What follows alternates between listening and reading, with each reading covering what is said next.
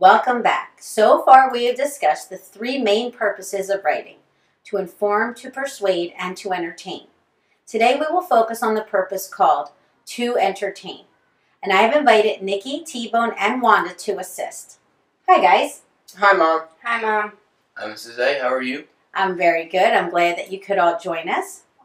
So, we are talking about one of the purposes of writing called write to entertain. Oh, that's my favorite. Really? Why do you like this one so much? I love comedy, gags, people slipping on banana peels, all that stuff. Do you have any stories where a guy gets a pie in the face? Or a pie in the face that was thrown by a monkey? Actually, T-Bone, you're thinking of write to entertain like many people think of it. You mean creatively? No, I mean wrong. You see, entertainment doesn't mean it has to be slapstick funny and filled with silly props and clumsy falls. To entertain goes beyond jokes. This type of writing can include things like irony, exaggeration, misunderstandings, and most importantly, relatable situations. No pies?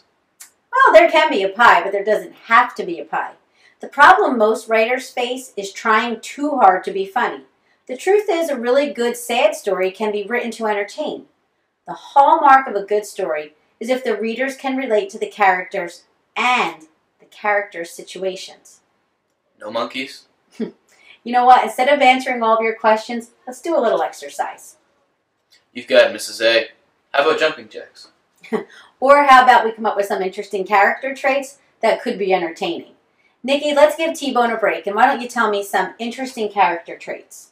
Like a character who is forgetful. Perfect. What else? A character who always tries but comes in last. Or a character that has really bad luck. Yes, that's what I'm talking about. Interesting characters that readers can relate to make your writing entertaining. How about interesting situations? Like, if a woman is getting ready for her first day at a new job, and her babysitter gets sick, and she gets a flat tire. Exactly. Things going wrong is not only entertaining, it's something everyone can relate to. What if it's a kid in a new school who gets lost all day, takes the wrong bus home, ends up in a different town, meets a stray dog, and brings him home to adopt him? It has suspense, things going wrong, and a dog. Everyone loves a dog rescue story. Well, you were on the right track in the beginning.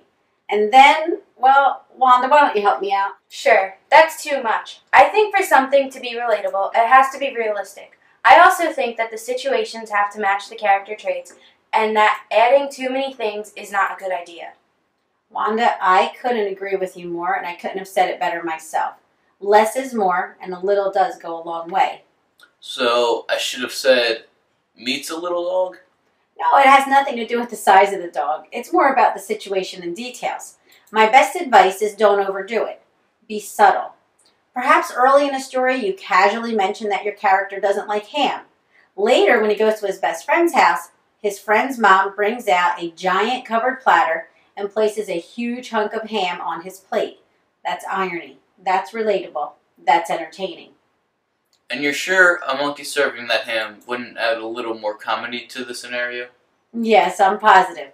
There's a classic scenario where one person sells a favorite item to buy a present for a friend.